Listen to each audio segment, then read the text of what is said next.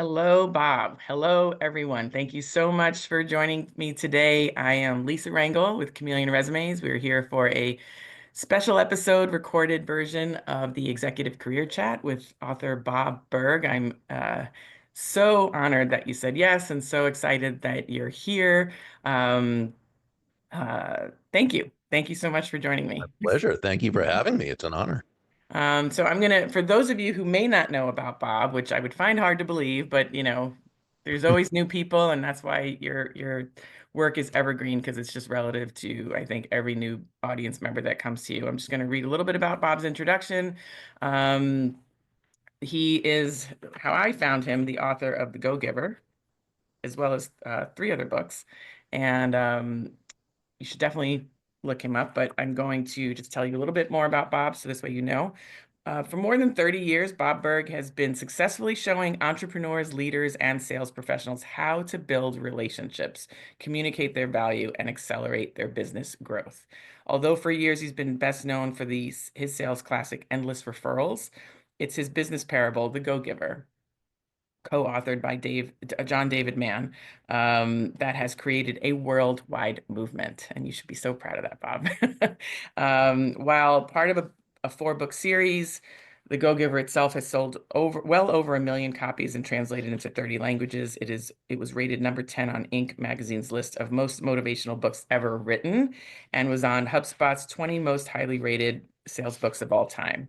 Bob is the creator of the Go-Giver Academy, online learning portal featuring the Go-Giver Success Vault, which includes all of his online courses, as well as additional business building resources. Publishes daily his very popular Impact email, and we're going to talk about the one that I read today. Both of these can be addressed at his website, which is burg.com. Bob is an advocate, supporter, and defender of the free enterprise system, believing that the amount of money one makes is directly proportional to how many people they serve. He's an unapologetic animal fanatic and serves as part of the South Florida Rescue, Foster, and Adoption Organization. Bob Burg, thank you so much for being here. Thank you for having me, Lisa. So I know your evolution is through business development, the sales function, entrepreneurial success, and as we've chatted, my audience is typically the senior level executive employee. That person may or may not be in sales. It might be a chief financial officer, Sure. VP of HR, all the different executive committee positions that sit at a table. Um, Companies like to hire entrepreneurial minded people, but not necessarily entrepreneurs. So, how would you advise executives to use the principles that you teach in your academy and in all your books? Sure, it's a great question, and let's begin, if we may, with the basic overall premise of what the Yes. Go-Giver is even about, and that Yes. way we can we can then gear it I more probably to. got ahead of myself, so that's a great start. No, not at all, not at all. But we want to be able to gear this to the entrepreneur instead of the entrepreneur, right? Excellent way to put And it. so, and so the premise is basically this, Lisa, that shifting your focus, and this is really where it all begins, shifting your focus from getting to giving. And when we say giving in this context, we simply mean constantly and consistently providing immense value to others. Understanding that doing so is not only a more fulfilling way of conducting business, it's the most financially profitable way as well. And not for any way out there, woo-woo, magical, mystical type of reasons. Oh, just give and do good things. No, Right. not at all. It's much more rational. It's much more logical than that. It's that when you're that person who can take your focus off of yourself and instead place it on serving others, discovering their needs, their wants, their desires, making it not about you, but about helping them solve and overcome their problems, making it not about you, but rather moving them closer to happiness. People feel good about you. Actually, they feel great about you. They want to get to know you. They like you. They trust you. They want to be in relationship with you. They want to do business with you. They will allow themselves to be led by you. They will be on a team with you, right? And they'll also want to tell the world about you. They want to be what we call your personal walking ambassador. So it Mhm. doesn't matter whether you're in sales, whether you're in leadership, whether you're, C-level, upper management, mid management, it doesn't really matter. The same. Now we go back though to, well, I can see where that would work for an entrepreneur who's out there Right. and they need to bring value to that person who's going to buy from them. Well, you know what? It's sort of the same thing. And let me explain why, if I may. When Yeah, I speak to salespeople, when I speak to entrepreneurs, one of the first things I'll say is nobody's going to buy from you because you have a quota to meet. Right? exactly. They're not gonna buy from you because you want to hit a sales goal or you need the money or even because you're a really nice person. They're gonna buy from you. They're gonna do business with you because they believe that they will be better off by doing so than by not doing so. Well, it's the same when you are employed by another company. Now, you're not an entrepreneur, but you are an intrapreneur. You're an Amen. entrepreneur within that other company, right? And you still have customers. These customers now are your peers. Your These customers coworkers, are those you report to. Those customers are those you lead. These customers are subordinates. the ones that you need to be able to work with effectively in that other silo that usually is standoffish, but instead, because of who you are and what you do, they're very helpful, right?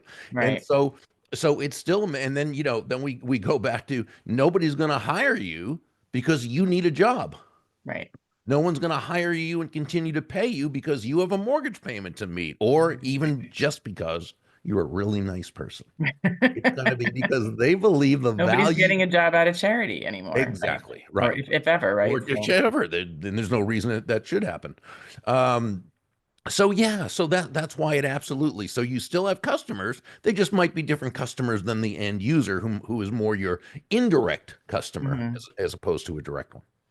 A point you bring up, even for interviewing is bringing up, I think sometimes people go into an interview thinking they have to talk about themselves to prove how worthy they are. And instead, it's better to go in asking questions diagnostically about what's going on with that particular person, with who is representing the organization, what are the opportunities that lie before this organization, what are the Mhm. problems they're experiencing, and then applying yourself as a potential solution Mm, to capitalizing on that opportunity or to fix that problem. I perfect. problem solving and opportunity capitalizing angle is awesome, and I think that's a great way to add value. And That you know, is I exact.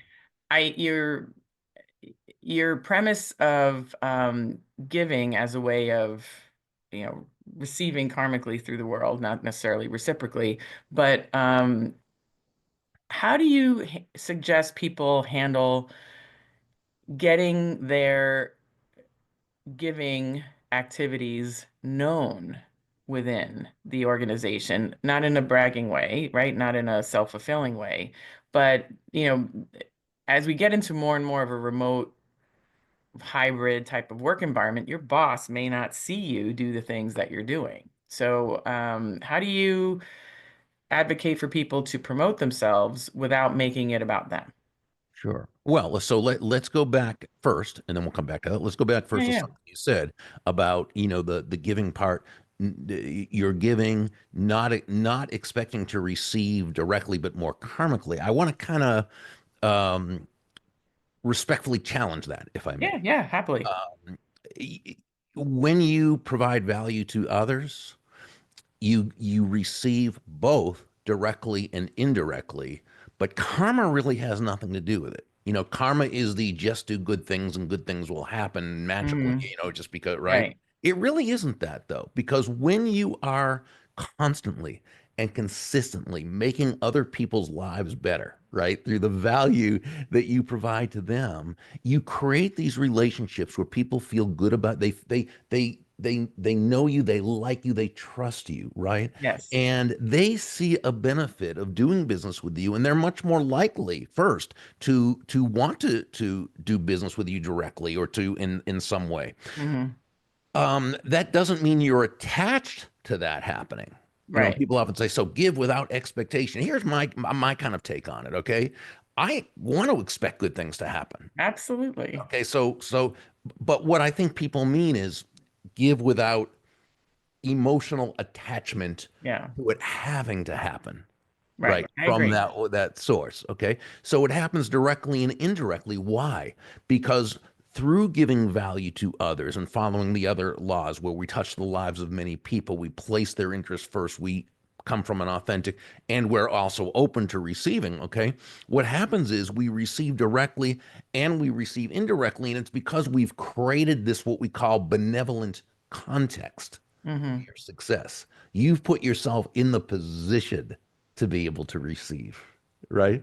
So Right. now we go back to, the great point you make, and that is, well, how do you promote yourself without being about you? Because in anything that you promote that has to do with you, it always needs to be tied into how it has added value or affected others in some way, right? Because they don't care that you did this or you did that.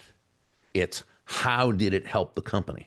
Right. What's the How outcome or impact? Is that what right. you would call The that? how it impacted it Right. exactly. Okay.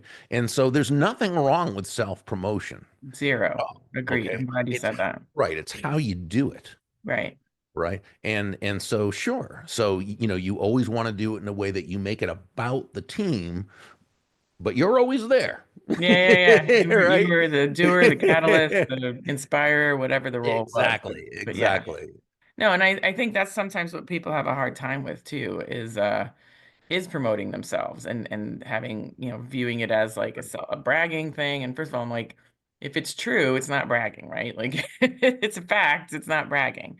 But no, I think that's great advice is tie it to the outcome and let people know what outcome came about as a result of, whatever level of involvement you had. I think that's the key. When you are finding when you have, new readers, new followers, new students within your program, what do you see as sometimes what they struggle with at first to try to apply this? Well, I think there are two things. One is when it comes to value. So, and Hmm. so let's look at that a little bit Yeah, because value is one of these words, like many of the laws that we have. It's words that have kind of come to now to be, I think, almost misinterpreted or so overused they've lost right. a specific meaning. So you talk Yeah, about value. What is value? right, Let's look at value as it relates to price because many people think it's the same thing, and of course right, it's not. Um, so price is a dollar figure, right? It's a right. dollar amount. It's a dollar figure. It simply is what it is, right? Hmm. That's price. Value is the relative worth or desirability of a thing, Hmm.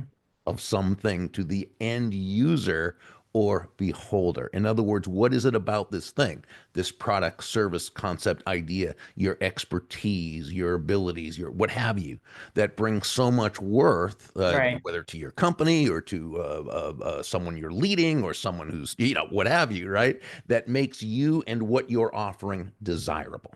right. With that in mind, what we know is that value is always in the eyes of the beholder. It's Hmm. not what we believe is of value or what we believe they should believe is of value. Right. It's what they believe is of value. Now, as human beings, Lisa, as you know, we all come at the world from our own unique set of beliefs. We see the world a certain way through a certain lens, and we tend Right. to believe that what we see as valuable is what everybody else sees as valuable, And right? And how that's definitely a common, mistake for lack of a better word. exactly. Oh, it's a huge mistake Yeah. because it's totally depending upon luck that that person has the same life experiences, upbringing, and other, Right. that you, right? So the biggest mistake people make, I think, is when they say, "Well, Bob, but I've been adding value to all these people." Have you though? Right. Or have you been adding value in a way that you believe is of Right. value, but they don't, right? And again, it's always in the eyes of the beholder. So I think that's the first thing. The second thing that really I think people have a difficult time with is receptivity. That Yes. that fifth law. Now, the law of receptivity, Lisa says, the key to effective giving is to be open to receiving. Well, what Receiving. does this what does this mean? It means, yeah, you breathe out. You also have to breathe in. It's not one or the other. It's what we Right, breathe right. out carbon dioxide, we What a breathe in great oxygen. analogy. Yeah. Yeah, we breathe out, which is giving, we breathe in, which is receiving. Giving and receiving are not opposite concepts. Giving No. and receiving are simply two sides of the very same coin, and they work in tandem. Now, the challenge is the world is not giving us this message. The world gives us on a daily basis, and you see it everywhere, these anti-prosperity messages. Right, which I'm terrible. I agree. And we've gotten them since birth, whether it's upbringing, environment, Yeah, schooling, yeah. news media, television shows, movies, where there's alt right. It's that separation. You're either a selfless, self-sacrificial giver, or you're a There's horrible, greedy. selfish, right, And so what happens is, because this message comes in all the time, it gets into the head, not just the conscious, bad enough, but more insidiously the unconscious, where we don't even know it's there. right. And so we're often fighting our own ability, our own ability to receive.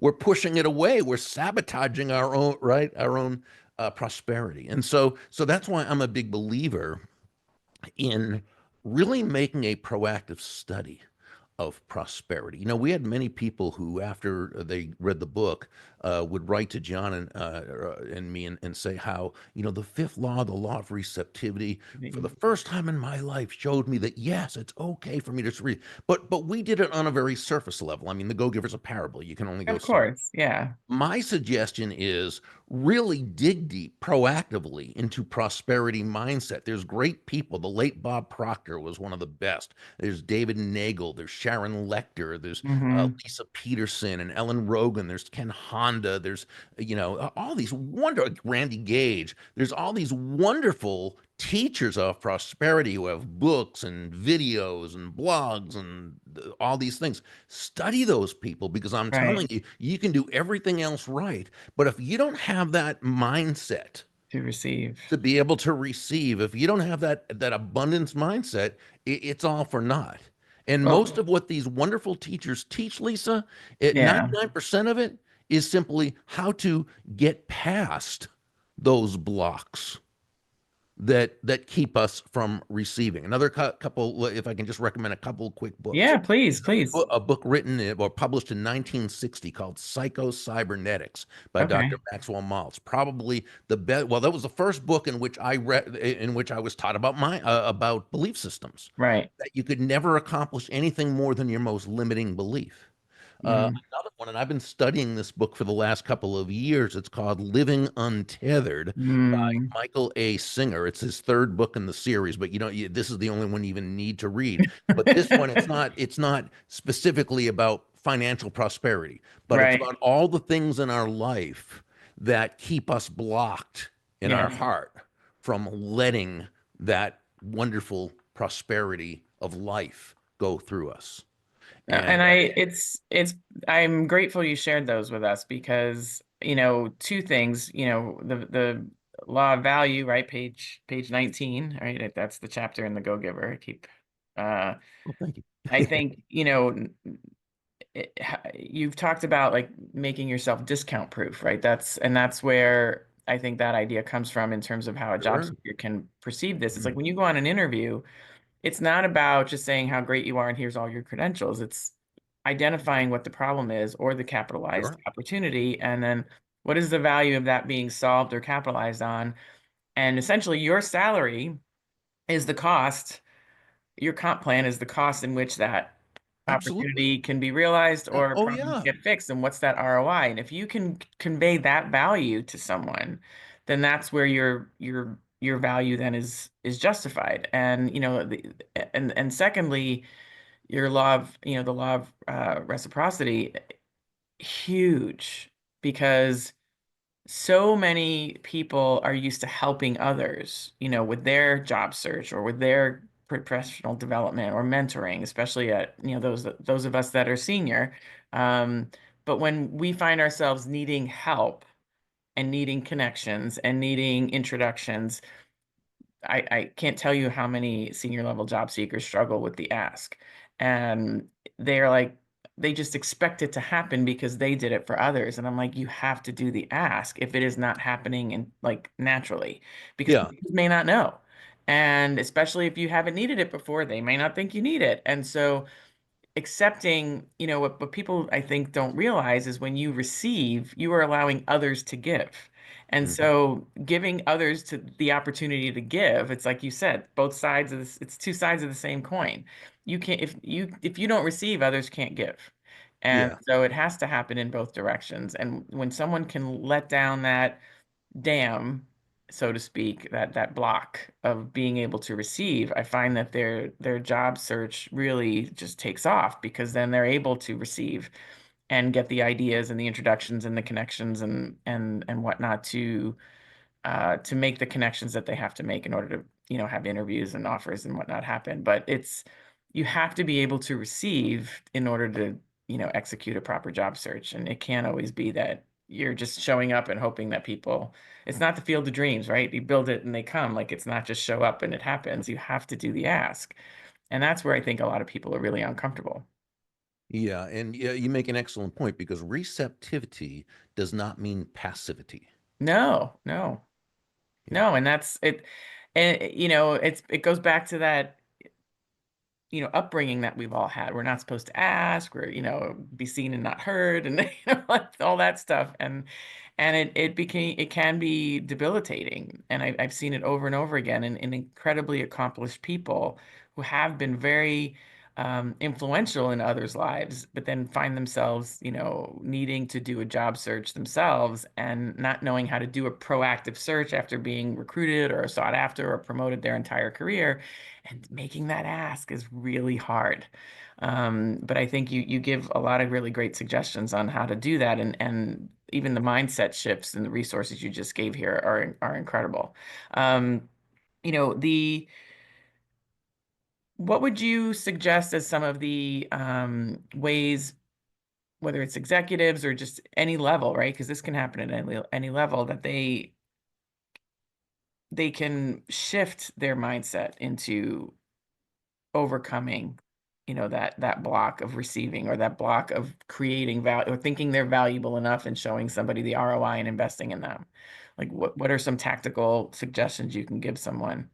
Well, in terms of the tactics, you're in a sales conversation when Hmm. you're doing that interview. It's a sales conversation. Right. And in any sales con, when you ask yourself, let's say the question, what is selling? Well, by definition, selling Hmm. is simply discovering what the other person needs, wants, and desires and helping them to get it. Right. Right? It's also knowing enough about who you are, what you can do, and about them that you're able to, within that conversation, as you're asking these great questions and really listening, it's being Hmm. able to point out, perhaps, and always in a tactful way, certain weaknesses that they may have that you can help shore up, right? That you can help mitigate, or potential strengths they may have, and opportunities that they don't really see that you can help them leverage, right? But that only happens when you've really, really been listening and they know that you've Right. been listening and so forth. Now, as far as the first step toward becoming more receptive, I think that as we study the topic, one of the things we can do is build on our small successes. And by that, I mean, just like if your goal is to lift 300 pounds, you don't start with 290 pounds. You start with 10 pounds and Right. then 20. And as you get that, then it's 50. And as you get that, now it's at right. And you build up, you work up. So in that same way, you start practicing receptivity on a small level. So for example, somebody pays you a compliment, an appropriate compliment, we said, but Of somebody course. pays Yeah. you a Yeah. compliment. All good. And rather than going, oh, no, no, no, yeah, you simply say, oh, thank you so I much. had to learn that about 10 years ago, and I'm 54. So Well, it took me a little you're while, but I you're hear still you. a kid. You got plenty of time. So, but You're sweet. and then somebody holds a door open. Oh, thank you. Thank you. Or you're at the uh, a Circle K or whatever store you're at, and somebody's pouring coffee. You take out your cup, and they say, oh, "Coffee," and instead of going, "No, no, I'll get it myself," you say, "Oh, thank you, very kind of you." Right. It's those kind of things we build. And so somebody offers to pick up a check. This was a tough one for me because my dad always picked up the check. Yeah. So when we, would ever go with people for that, he just always did. That was what dad did. And it wasn't necessarily a lack thing.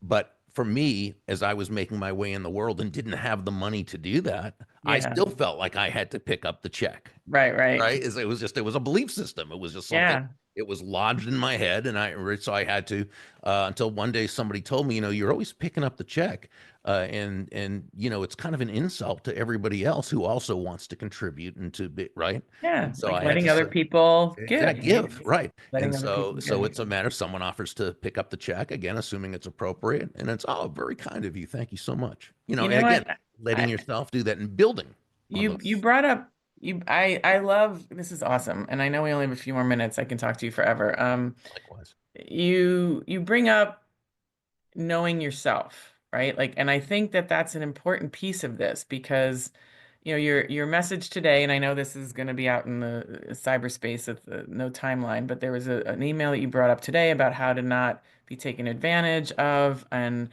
then I think, you've in some of your past daily inspirations talked about even people pleasing, and I think that knowing yourself and knowing your values and knowing what are your boundaries and knowing what you can do and where you can serve and where you can't, I think helps us tremendously be able to not be taken advantage of and not people please, because then we can kindly say no to something Mhm. that is going to be in the best interest of that person or saying Sure. no, because then they can go find the right resource, right? So I Exactly. think Sure. that knowing yourself is a very key part, possibly maybe overlooked piece of this, that people just, again, it's one more way to not focus on ourselves. But I think going into this to be a great giver, a great go-giver, we do need to know ourselves pretty well.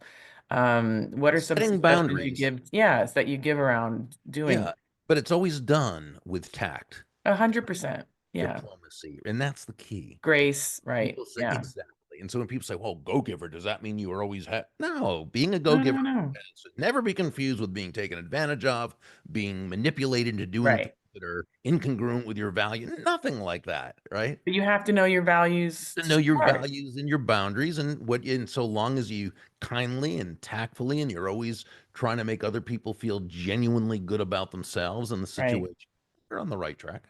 I agree. I love that. And I think that's a great place to end it. Is in order to be of service, you need to be of service to yourself in order to be of great service to others. And we can't lose ourselves in this process. Good point. I love that. And I think that's really such an important message. I want to thank you so much for making the time to do this. I know my audience is going to learn from this and be super excited to get it. I want to reiterate that everyone can find everything Bob has to offer at Burg.com. I sign up for his daily emails. I get them every morning and they're awesome. Thank you. I And appreciate it. uh, and the books, like I said, this is how I found you, but I know there's a lot more, and I have a few of them in my bookshelf as well. But that was the one that I came to find you years ago, and you're awesome on social media as well. Like when you first responded to me personally, I felt like I fangirled and it was awesome. And you're just so approachable and pragmatic and kind. And I just want to thank you. And anything else that you'd like to leave us with? And I appreciate you greatly. I love the work you're doing, and you're adding so much value to the lives of so many people. Just keep up the great work. Thank you so much.